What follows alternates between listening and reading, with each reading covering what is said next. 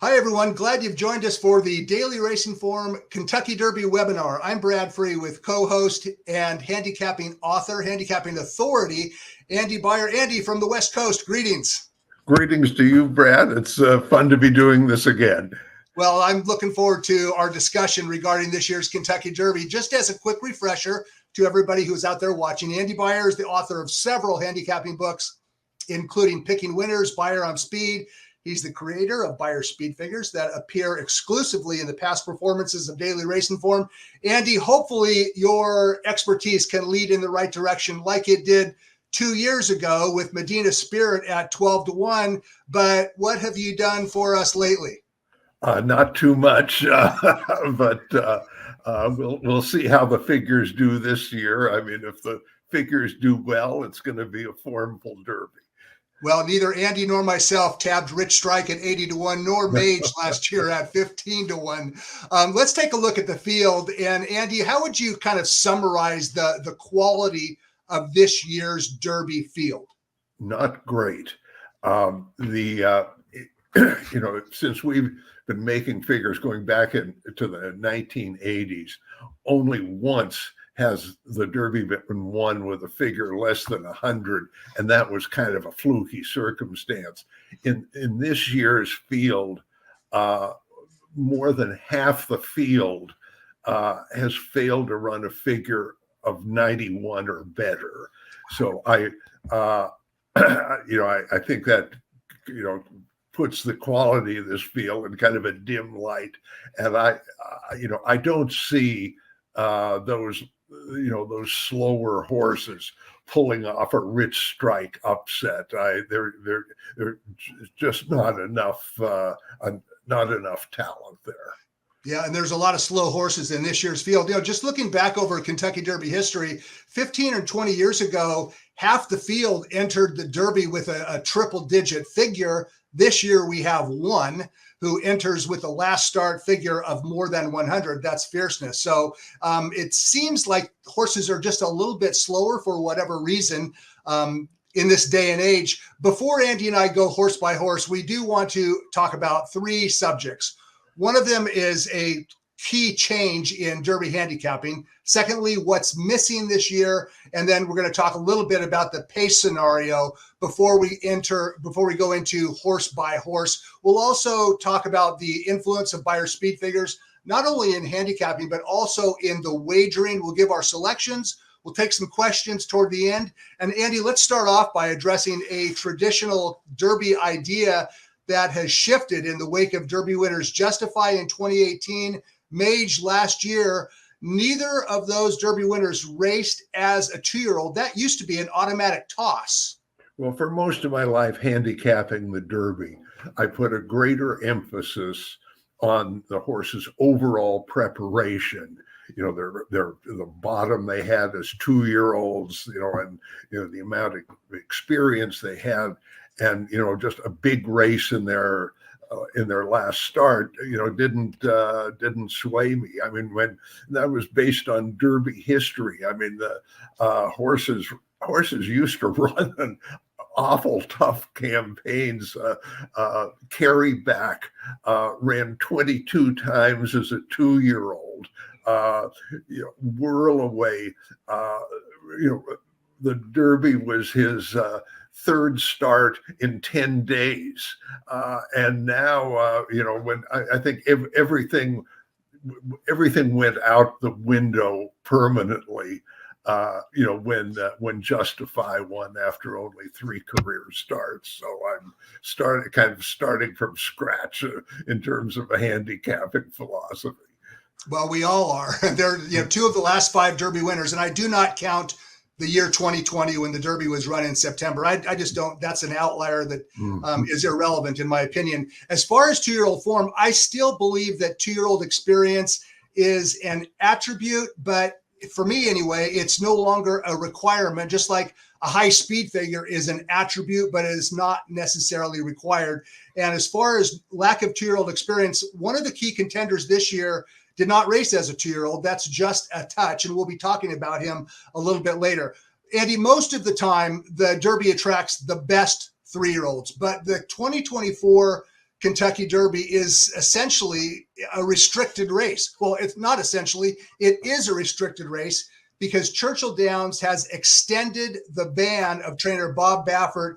This is a fight that I don't think has a winner. What is your take on Churchill Downs extending the ban of trainer Bob Baffert for another year? Well, it just smacks of a vendetta, rather than common sense. I mean, I can see Churchill wants to preserve the sanctity of the Derby when Baffert was, found to have had a medication violation with Medina Spirit. They had to do something, but the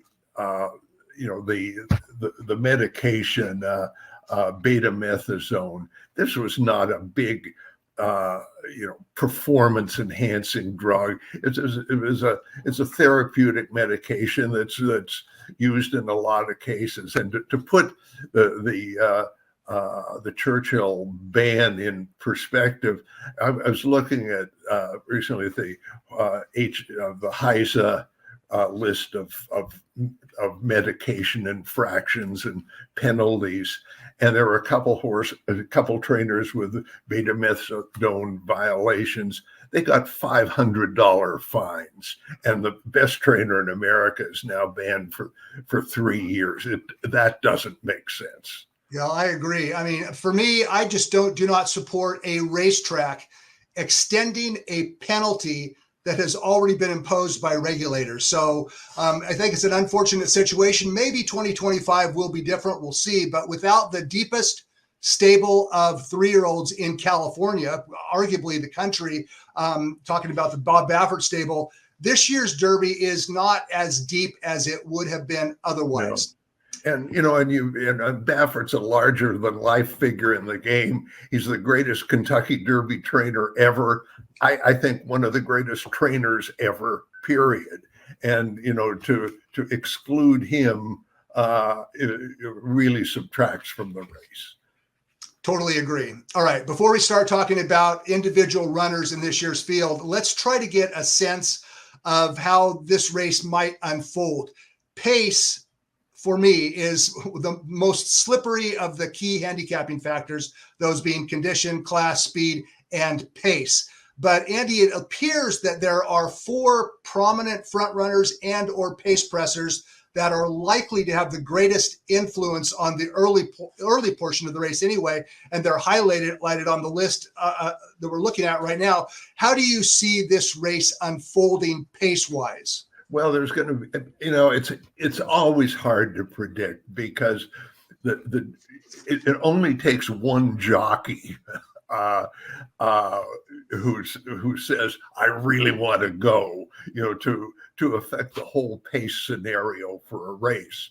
And, we've seen plenty of cases like Rich Strike 2 years ago when a real hot pace, sets it up for, a horse coming from a mile behind. But, it so much is in the hands of the jockeys that, and the pre-race strategy of trainers that, it's a little chancy to try to map it out in advance. I mean, obviously it's, in terms of what happens with the favorite, Fierceness, it's like probably the most important issue in the race, but I don't think any of us is smart enough to make a definitive prediction. The one thing we can at least guess on is that the Door Knock, Just a Touch, Track Phantom, and Fierceness are the 4 leading candidates to set the pace. I remember having a similar conversation, Andy, a year ago when it looked like the Derby pace might come up a little bit tepid. And all of a sudden, Verifying, Kings Barnes, Reincarnate were out there going 45-3. So anybody who thought there might be a soft pace turned out to be dead wrong. I believe that this race should unfold at a legitimate tempo, and we'll find out if Fierceness can, cope with the heat. Dornock from the rail has to go. Just a Touch exits a fast-paced race, and Track Phantom is a speed horse adding blinkers. It's going to be a legitimate pace. I'm just not sure how quick it will be. Right. I mean, what did you say? I mean, Dornock being in post 1 in a field of 20, he's got to hit the gas. On his record, he's only got one way to run anyway. So that kind of cinches the fact that there's going to be pace. But whether it'll be destructive to Fierceness, we'll have to wait and see. That's probably, as you alluded to earlier, Andy, the whole key to the race. Let's take a look at the graphic again and just identify the two favorites, the horses that are likely to attract the most wagering support, including the favorite, number 17, Fierceness. He's listed at 5-2. Sierra Leone at 3-1. Andy and I are going to be looking through the entire field in approximate order of morning line. And we're going to start with the favorite. He's Fierceness, breaking from post 17. He's a speed horse. He's drawn outside his pace rivals. Very few Derby favorites enter with a speed figure advantage as conspicuous as Fierceness. He has a 12-point advantage last start figure over the rest of the field. Andy, is that going to be enough? Well, if Fierceness runs his best race, or even close to it, he will win the Derby. The figures of 105 and 110 are, in the modern day, are really outstanding. But the same token, he's run 5 times, and he's got 2 clunkers to his credit. So he's not a horse that you can have complete confidence in to fire his best shot. So, but he's his raw ability is so much greater than anybody else's that at the very least you got to respect him a lot. Well, whether you like him or not, you definitely have to respect him. There's his past performances, a 110 figure last time out, winning the Florida Derby by more than 13 lengths. We could just end the webinar right here and say, well, Fierceness is the fastest horse, and the fastest horse is the most likely winner.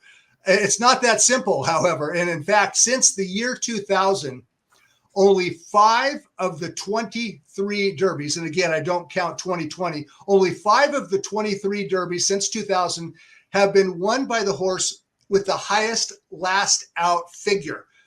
4 of them were favored: Justify, California Chrome, Big Brown, Fusaishi Pegasus. I don't know how we all let War Emblem go by at $43. I mean, really, Andy, come on. Illinois Derby winner, why not? Anyway, the point is this: high figure horses do not win the Derby every year. However, when the high figure horse is the favorite, their stats look a little bit better. High figure favorites in the Derby are 4 for 8 since 2000, and 3 of those that lost actually ran well and finished second: Empire Maker, Bodemeister, and Epicenter. So 7 of the 8 favorites that entered with the highest figure since 2000 finished 1-2. Put it another way, 18 of the last 23 Derbies were won by a horse without the highest last out figure. Fierceness is the highest figure horse in the start in the race. Andy, you mentioned that he's not all that consistent sometimes. Another concern for people wanting to pick against or bet against Fierceness is trainer Todd Pletcher, 2 for 64 in the Derby. Is that reason enough to maybe temper enthusiasm for the favorite? Yes, I have my theory on Pletcher's poor Derby performance. Todd has obviously a gigantic stable. I mean, he in the last 12 months he's run like 300 different horses. But he is a genius when it comes to spotting them, moving his pieces around the chessboard. Horses that you've forgotten about to show up at a graded stakes and they win it. I was amazed just in the last month. He entered a maiden in the Wood Memorial. I said, "Who is this horse?" And he finished 3rd in a Grade 2 stakes. He knows. He just knows the capability of all his horses and where to put them. But when it comes to aiming for one specific race, the same race that everybody else is trying to win as well. I mean, he is not, not proved to be a genius at revving up a horse for that one big objective. I mean, in fact, the two derbies he's won, I thought his horses benefited from easy trips. So I don't know. I mean, it's a little strange, but my feeling is that in the Derby, one of the best kind of trainer patterns is like a trainer who's got one good horse and is solely focused on that horse. I remember, the trainer of Sonny's Halo years ago gave away all of the rest of his stable to other trainers just so he had one horse to worry about on the way to the Derby, and he won it. So one shot trainers can do very well in this race. Well, Pletcher's definitely more than a one-shot trainer. He's been to the Derby with 64 horses, 2 of them won. Here's why I would respectfully disagree, with maybe downgrading Fierceness's chances in the Derby based on Pletcher's record. And if you look at the last 10 Derbies in which Pletcher had a horse start at less than 10-1, his last 10 Derby starters that started at single digits, 2 of them won, those being Always Dreaming and Super Saver, perfect trip winners, yes. And 3 others finished second. So at least recently, his horses that figure to run well have in fact run well. I also just did a real quick search on through Daily Racing Form's Formulator program. How does Pletcher do? I know it doesn't apply to the Derby, but in Grade 1 races, the last 5 years, Pletcher is 22 for 43. That takes into consideration all different horses, surfaces, distances, etc. Doesn't necessarily apply to the Derby, but for me anyway, I'm not going to worry too much about Pletcher's 2 for 64 record in the Kentucky Derby. It's not something to brag on for sure, but it's not enough for me anyway to go against. All right, we're going to finish up by talking about what type of trip Fierceness could potentially get.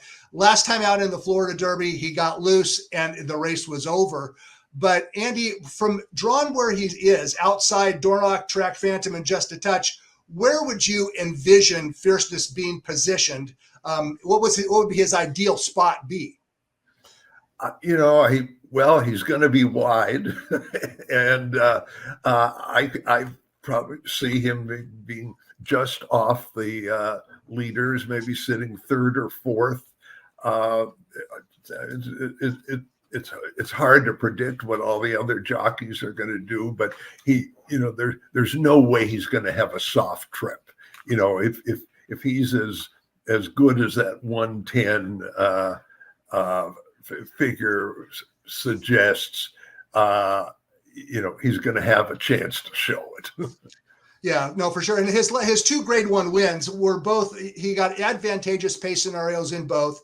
The Florida Derby last time out, the Breeders' Cup Juvenile last fall. But just as a reminder, you can see on his past performances, when he broke his maiden first time out, he went the half in 44-3. I know it was a maiden race, but I like where he's drawn, where Fierceness is drawn. Let's take a quick peek at the stretch run of the Florida Derby. And this was just an absolute romp by more than 13 lengths. He got loose. He crawled relatively slow early, and the race was over. The Kentucky Derby is going to unfold a whole lot differently, but at least on this day, there was nobody beating Fierceness. And if he runs another 110 on Saturday at Churchill Downs, he's going to be very tough to beat. I got a kick out of trainer Todd Pletcher, who said last week, I saw on an interview, Pletcher said 60% of the time, Fierceness is perfect. That's actually a pretty good quote. When he runs his race, there's very few that can beat him. All right, if the Florida Derby winner, Fierceness, falls short, I think a lot of people are going to expect the Bluegrass winner, Sierra Leone, the second choice on the morning line, to run him down. The Bluegrass has not produced a Kentucky Derby winner since Street Sense in 2007. This year's Bluegrass has produced at least 3 Kentucky Derby starters Andy, Sierra Leone won the Bluegrass. Did he run the best race, or maybe just a touch should be upgraded? After he won that race and people saw that big finish, I mean, in some circles he was being, bracketed with Fierceness as part of like a real 2-horse Kentucky Derby. I was, the more I looked at that race, the less I was impressed. I mean, you're looking at the fractions, doesn't, I don't think people realized just what an extraordinarily fast pace that was. I mean, 46 and change, and at some tracks, is not a big deal for the first half mile. This was the fastest pace in a Bluegrass since 2006, and the fastest pace in any mile and an eighth race at Keeneland in 2 or 3 years. The other speed horses in the race, the ones who were close to that pace, didn't collapse from that effort, but I think they, or not visibly, but they were all slowing down, and so I think that Sierra Leone just looked better than he really was, to win with what looked like a big finish. I'm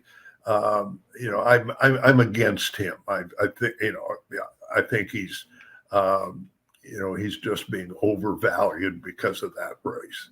Well, undervalued for sure regarding Sierra Leone. He had conditions absolutely perfect in the Bluegrass, and he was good enough to take advantage. I suppose if another, Derby pace like a 45 and change unfolds, you could make a better case for Sierra Leone. But just a touch, I agree, Andy. He ran super in defeat. Let's take a look at the stretch run of the Bluegrass, and we'll take a look at just a touch. He'll be 2 off the fence after being forwardly placed against that 46 and change. And that's Sierra Leone on the far outside. Just a touch was involved early, went past his pace rivals. He actually ran a winning race in the Bluegrass, but as you mentioned, Andy, look, the race unfolded perfectly for Sierra Leone, and he was good enough to roll on past. I guess if he gets the same scenario, he could win, but I think you're right about just a touch. He ran very well. We should mention, by the way, we're recording this on Tuesday, and we just received word that Epic Ride, the 3rd place finisher in the Bluegrass, has made the field because Encino is out. So bottom line, Andy, just a touch, his figures are improving. How much respect do you give this lightly raced colt? Did not race as a 2-year-old, no big deal. How much respect do you give just a touch in this race? I give him a lot of respect. I mean, this is like as just a general handicapping principle. When you see a hot pace race, as the Bluegrass was, what you want to do is look and see, was there a horse who was part of that pace who held on pretty well, or maybe just cracked at the very end, and you put them on your horses to watch list? Well, just a touch is the horse who fills that bill. Now, in the old days, I would have said the curse of Apollo will stop him. I'm not betting a horse with 3 lifetime starts. I'm over that. So he will be part of my Derby exact, I think. Well, just a touch is listed at, I believe, 10-1 on the morning line. I suspect his odds might go down a little bit because I think that's going to be a very popular opinion. We mentioned Dornoch briefly. His figures are not getting any better. I just don't see him as a factor late. He will be a factor early, Dornoch will. And Epic Ride, who's in the field now, I don't know. To me, he's a borderline contender at best, Epic Ride. All right, the Bluegrass. Yeah, I don't want any horse in this field whose figures are at least not in the upper 90s. And there's a lot of them you can put an X over. Well, I will mention that Epic Ride did earn, 90 is his career best, so that's not very fast. Sierra Leone took advantage of the pace meltdown, I guess, so to speak, in the Bluegrass. Similar to the Bluegrass, the Louisiana Derby was won by a deep closer. The runner-up also came from far back. And that brings us to the discussion of Catching Freedom and Honor Marie. Andy, both these colts are getting better. They both benefited by the race flow at fairgrounds. What do you make of the chances of the top two finishers from the Louisiana Derby? I just think they're maybe a notch below, but the figures are, if the figures are respectable by the standards of this year's field, and if the favorite doesn't fire, I guess a horse like Catching Freedom could be the winner, but none of them did anything visually that was enough to make me upgrade them and say this horse looks like a Derby winner. To me, Catching Freedom looks very similar to Sierra Leone. I think they're both pace dependent. They need some fractions to run at. I think the biggest difference is that Catching Freedom is 8-1 and Sierra Leone is 3-1. I also will mention one other thing about Catching Freedom. In a lot of his earlier races, he was green. He was late switching leads. He seemed to put his act all together last time out. He was professional. He ran relatively fast with a 97 fig. And I think he is a contender coming from behind, just like Honor Marie, who making the third start of his form cycle, and he's moving forward as well. We had a question about Honor Marie. In fact, we had several questions that we're not going to address at the end, but we're going to address as we're talking about the field. One of them concerned Honor Marie. Andy, I think Honor Marie is a long shot contender. Do you give him a chance at all? Could be. I found this. The Louisiana Derby a little hard to get a handle on because the pace of the race was in fact was very moderate. A half and 48.3. This was not a destructive pace, and yet you had two deep closers run 1-2, and I'm not sure. I mean, did they really run terrific races to overcome the slow pace, or was there some aberration there? I don't feel I have a good handle on them. I would side with the argument that it was an aberration, regardless of what the fractions say. 48-1, 112-2. You can see from the chart, Catching Freedom rallied from 11th of 11, and the runner-up came from second to last. So regardless of what the fractions look like, the race flow benefited those two horses. I'll tell you a horse that it did not benefit. I don't like him in the Kentucky Derby. That's the fourth place finisher, Track Phantom.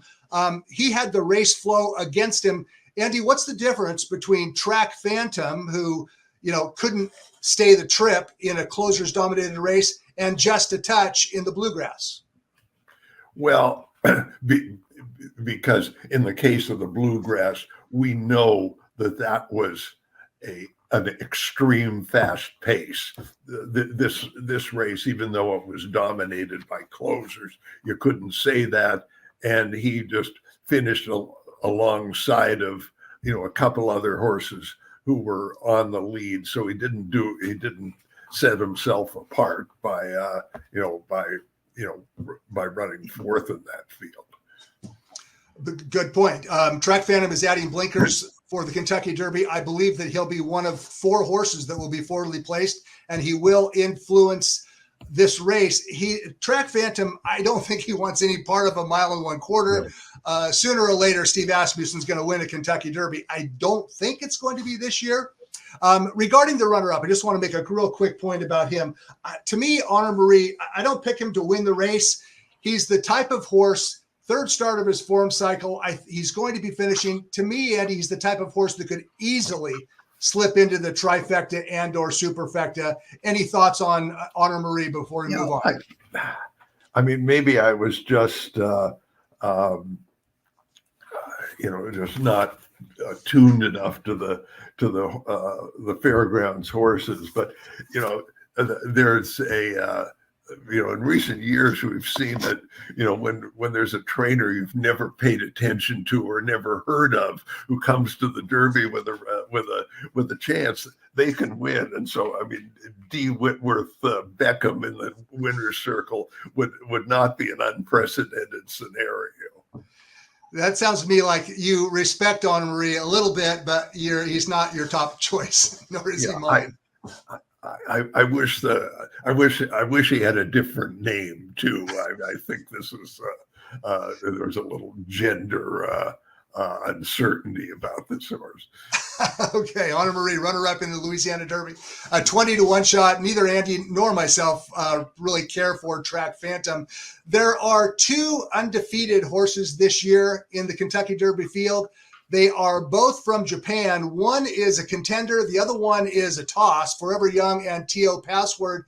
Andy, we kind of touched on this a year ago, talking about the 2023 Derby.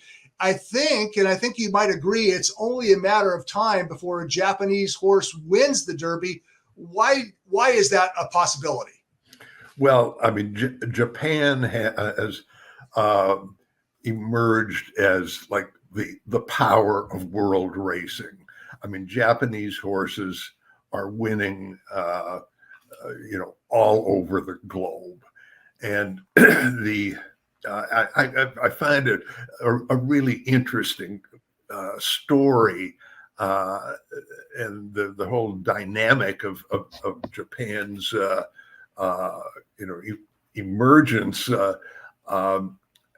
It was all due to one horse, and that was Sunday Silence, a great American horse of the year, Kentucky Derby winner in '91, and nobody wanted him. Amazingly, I guess, whether it was his conformation or his pedigree or whatever, but he was not a hot commodity in the breeding market, and he was sold to Japan, and he transformed the industry. I mean, he became their leading sire, and then a great sire of sires. And he, one of his offspring, Deep Impact, won the Japanese Triple Crown, and now has been like a 9-time leading sire. And so it just, the United States saw a similar phenomenon when Nasrullah was imported from Europe and sired Bold Ruler, and that sire line gave us the greatest era in American racing history with Secretariat and Seattle Slew and so on. And Japan is now on top of the world, really just because of that sire line. So I respect the Japanese horses, almost anywhere that I see them. Although I will say, as a qualifier, T.O. Password is my standout selection to finish last in this race. Well, I would agree. Let's take a look at what you were referring to, Andy, regarding the Japan emergence and their influence on the international scene. This year, in particular, it's been Forever Young. He won the UAE Derby and the Saudi Derby. Remake won the Riyadh Dirt Sprint. Last year, when we were talking about this, I believe that Derma Sotogake was your choice to win the Kentucky Derby. He was. Last year, Andy. You were only about, 5 or 6 months ahead of time, because by the end of the year, you could make a case based on his runner-up finish in the Breeders' Cup Classic that he was the best 3-year-old in the country. Yeah, and he had a very unfavorable trip in the Kentucky Derby. Yeah, some very good horses on that list. And, of course, Love's Only You and March Lorraine in 2021, the first Japanese horses to win Breeders' Cup races. So there's an example, an illustration of what Andy's talking about.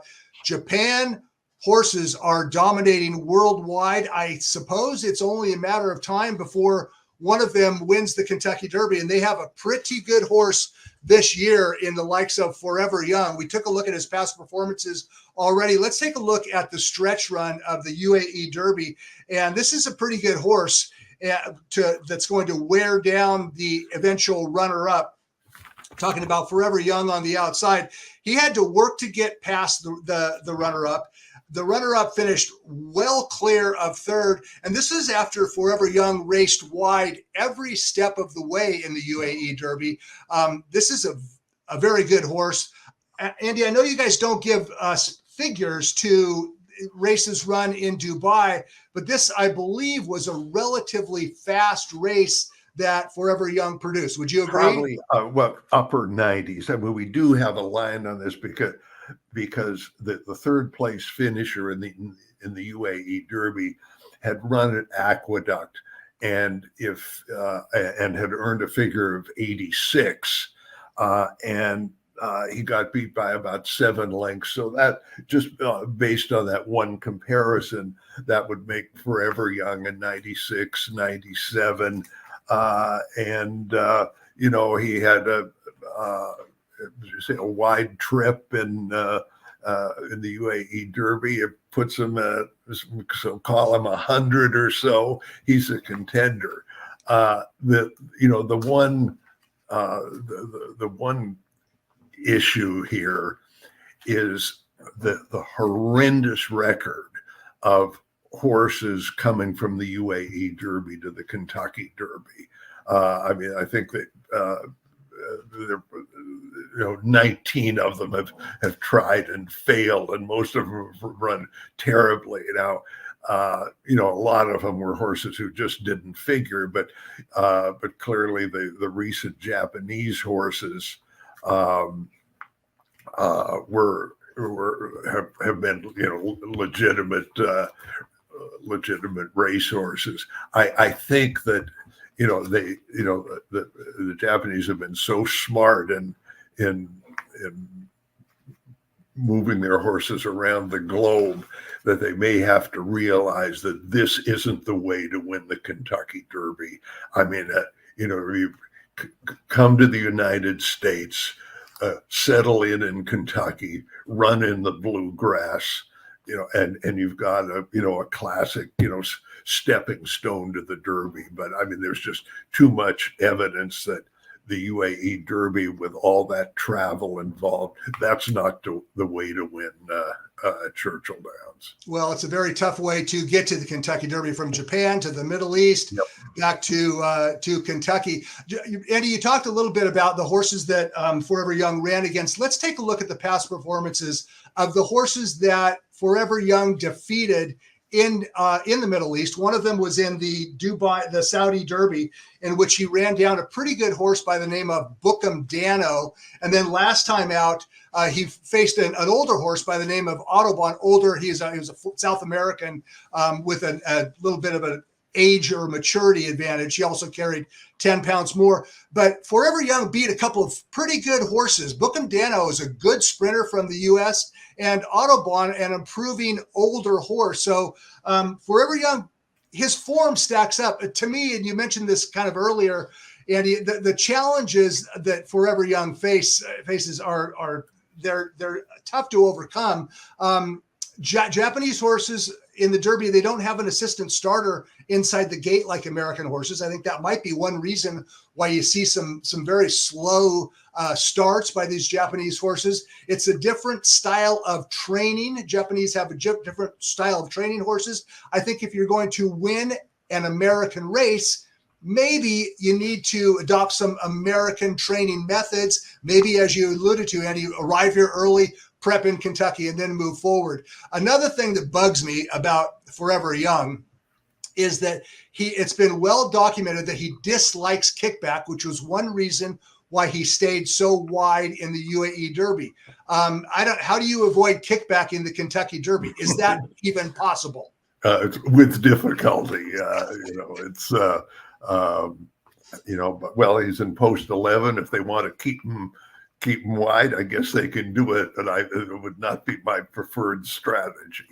I respect Forever Young, and a lot of people like him for good reasons. He's a fast horse. He's never lost.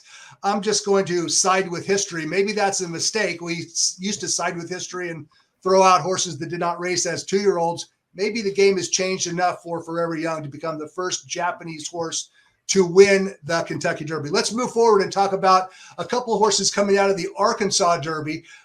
Just Steel and Mystic Dan, they finished 2-3. The reason the Arkansas Derby winner is not in the Kentucky Derby field is because he's trained by Baffert.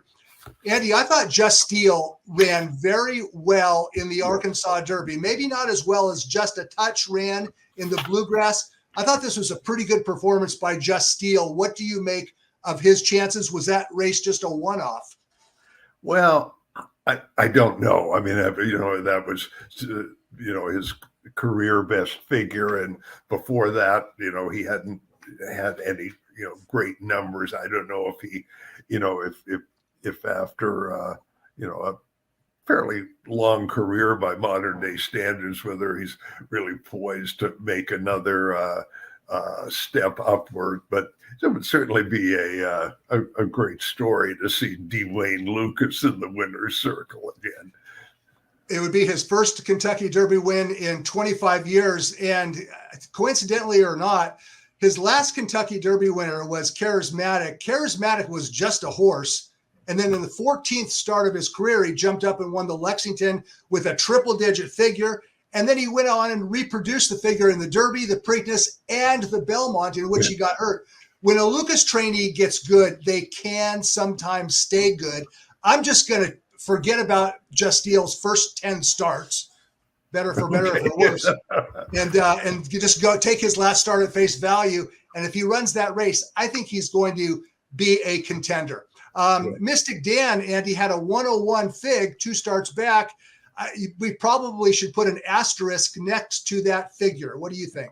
Yeah, that was a day at Oaklawn where the rail was definitely an edge. It wasn't a blockbuster gold rail, but it was certainly an advantage on that day. Plus, it was a muddy track, and maybe he moved up in the mud. But it was so, it was. I wouldn't take the 101 at face value. Yeah, no, nor would I. I really wanted to, and he did not have a good trip in the Arkansas Derby, Mystic Dan. But I think that maybe that 101 was a little bit of an aberration, of definitely a bias-aided performance. If he reproduces that effort, he'll be right there.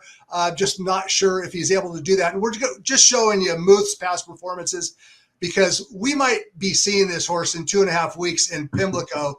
And depending on what happens this Saturday at Churchill, Muth could actually be the Preakness favorite. Would you agree with that, Andy? Well, I would guess so, and I think Bob Baffert would get a special dose of satisfaction if he could knock off the Kentucky Derby winner. No doubt about it. Muth, we'll see him in the Preakness. We'll see Just Steel and Mystic Dan Saturday in the Kentucky Derby. Our next little segment was going to be about Encino. He is out of the race. So let's just go real quickly through the rest of the field, at least just to mention their names. Catalytic, Andy, he finished second in the Florida Derby. He only lost by 13 lengths. I think he's a toss-out. What do you think? Well, Saffie Joseph is a trainer who always deserves respect, but this horse is just too far behind on the figures. And the same thing I think applies to West Saratoga. Endlessly is listed at 30-1. He's never started on dirt, a la Animal Kingdom. I don't think that Endlessly is another Animal Kingdom. I'm surprised he's in the field. What about you? I don't see him. The thing that I don't like about Kentucky racing in the spring is all the horses coming from Turfway Park and going, they've got months of synthetic form, and now they're going on the dirt, and there's really not a way, or certainly not a way that I have found to judge who's going to make the transition well or who isn't. So, the thing is, Endlessly, is by Oscar Performance, who is by Kitten's Joy. It's kind of a pure turf pedigree, and turf seems to translate to synthetics better than dirt does. So I would say this is a turf synthetic specialist, and I wouldn't want him. I wouldn't either. I also don't want Domestic Product, who I've heard some buzz about I can't make a case for him. He has a highest figure of an 87. Hasn't started in 2 months since he earned an 82 in the Tampa Bay Derby. I don't get the fascination with domestic product. Does he have any chance at all? I wouldn't think so. My good friend John Scheinman, who watches all the videos of all the works, said the domestic product has looked tremendous. So that there's one positive note for him, but I couldn't use him. Well, he's coming into the race in good form. The question is he fast enough? The figures would suggest no. I don't think Grand Mo the First is fast enough either. He's 50-1. Stronghold to me is an interesting horse because he's not very fast. The 89 Beyer figure that he earned in the Santa Anita Derby is one of the lowest ever awarded to the winner of the Santa Anita Derby. However, 6 starts into his career, Stronghold has never finished worse than second. I can't use him on top, but I would not be at all surprised to see him outrun his low figs. Is he a toss for you?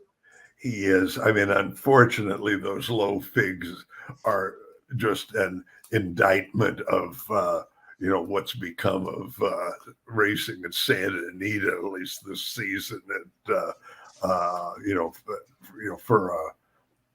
for an 89 to win the Santa Anita Derby is just shocking. Yeah, it was not a very strong race. Stronghold was game in victory. It takes a little bit more than courage and determination. You also have to have pure raw ability, and Stronghold has ability. Whether he has enough to win the Kentucky Derby, I don't think so, but I respect him. Resilience took a giant step up, winning the Wood Memorial. He has a ways to go, but back-to-back 90s, I guess he's getting closer. Any chance on Resilience? Well, that 90 was an indictment of what's happened to the Wood Memorial. That was the race where the aforementioned Pletcher maiden protective managed to finish third. I mean, this horse is a throwout to me, even though I generally respect anything that Bill Mott puts on the track, but not here. All right. Society Man and Epic Ride are both 50-1s, and Mugatu is still he's the next one in if there is a defection in the next few days. Okay. It's time for Andy, you and I to come up with our selections. Well, as a speed figure guy, I can't go beyond Fierceness. I mean, if there were horses with, comparable numbers or kind of hidden form and big trips, I would say, well, this horse has got some vulnerabilities. I'll go against him. But he's just, if he runs, there's no contest. And if he doesn't fire, then we're all left to guess. I would, if I were, guessing beyond him, I would, my horse would be Just a Touch. I mean, just because, his proximity to that fast pace in the Bluegrass was made a very difficult trip for him, and to hold on and finish second was an excellent effort. I mean, everybody's high on Sierra Leone, but he will turn the tables on Sierra Leone on Saturday, in my opinion. But I can't go beyond the Fierceness in the top slot. Andy likes Fierceness over Just a Touch, the Japanese colt Forever Young in the 3-hole, and enough respect from Andy for Sierra Leone to pick him fourth. Okay, look, I'm going to make no apologies for picking the favorite in the Kentucky Derby. I agree with Andy. I mean, Fierceness's raw ability to me is just superior to the rest of the field. I know he doesn't always run the same race, and an argument could be made that he ran too fast in the Florida Derby. But from where he has drawn outside his pace rivals, I envision him, if he doesn't make the lead outright, he's going to be sitting just off the pace in the clear. if he runs his Florida Derby again, this race is over. So I picked the favorite on top, and I don't apologize. But the horse that I'm perhaps most interested in wagering on is D. Wayne Lucas trained Just Steel. I don't know if he's really going to be 20-1. I thought his Arkansas Derby runner-up finish was very good, taking that race at face value. And if he reproduces that effort, I think he can be right there. Sierra Leone's going to be closing late, and so will Catching Freedom. But Andy, you and I agree. We have the chalk on top. If Fierceness runs his race, it's all over. I think so. All right, let's take some questions from some of our viewers, starting off with Alex from Minnesota. He's new to the game, and I want to know if there are any big mistakes horse players should avoid that are unique to Derby Day. Should we be thinking differently with a big field? My recommendation is, if you don't have an opinion, just stand down. You don't have to bet on every race. To me, that's the biggest mistake any horse player makes, and I've made it plenty of times myself, and that is wagering on a race in which you don't have a real solid take. My take for the Derby this year is that Fierceness will win and Just Steel will outrun his odds. Anything you want to add to that, Andy, as regarding no, not really. And you know, in the case of the Derby as a betting vehicle, I mean, Fierceness is going to be 5-2, 2-1 in a field of 20, and we've got a lot of questions about him. This is not the kind of the rock solid set of credentials that you'd want on a 5-2 shot. So it's let's say just because it's the Kentucky Derby, you don't have to empty your wallet. Totally agree. He's not a mortal lock. He is merely the horse to beat. Let's take a look at the next question, and that would be from Brian in Pennsylvania. He thinks I think Honor Marie can win this race. My concern is newcomer to American racing, Ben Curtis riding. Can you put my mind at ease? No, I'm not going to put your mind at ease, only to just acknowledge that Honor Marie was ridden by Curtis last time out, and the horse ran very well. And most important, Honor Marie is listed at 20-1 on Saturday. So don't let anybody talk you off a 20-1 shot. Andy, we're not really familiar with Ben Curtis as a jockey. He's new to the U.S. How much of a factor is that when you're considering? When you have like an unknown jockey, you're going to be compensated. Particularly in a situation like the Derby, you're compensated by the price. I mean, when the big name jockeys on race days like this always take money, and the history of the Derby in recent years has certainly shown that unfamiliar names can wind up in the winner's circle. So I wouldn't, if you want to bet that horse, I wouldn't let Ben Curtis scare you off him at 20-1. The last Kentucky Derby Longshot winner that I picked was I'll Have Another, who was ridden by Mario Gutierrez, who nobody outside California had heard of. And I am convinced that that's one reason why he went to post at 15-1, because Gutierrez was riding him. Maybe the same thing applies to Honor Marie and Ben Curtis. So I wouldn't worry about Ben Curtis at 20-1 for sure. Next question. Barry from South Carolina. Japanese horses have dominated the Middle East.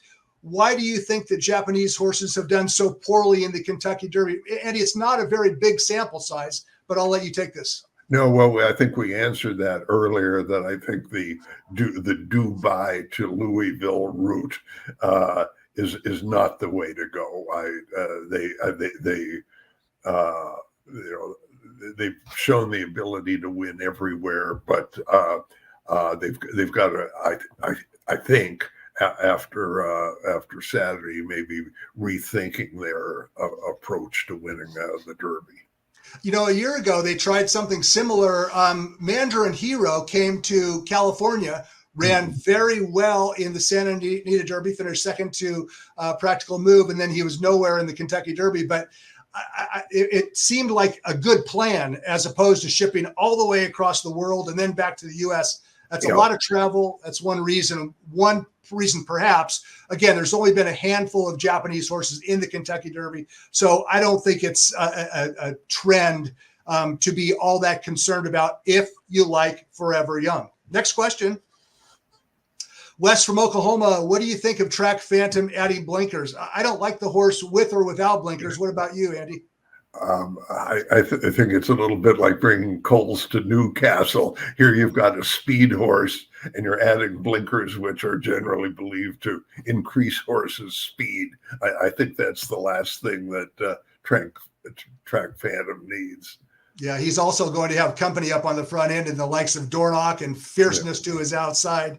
It almost seems like a Hail Mary type of equipment change, not to second guess trainer Steve Asmussen, but when you're tinkering with equipment changes at this stage of the game, it means that you just don't have all the answers.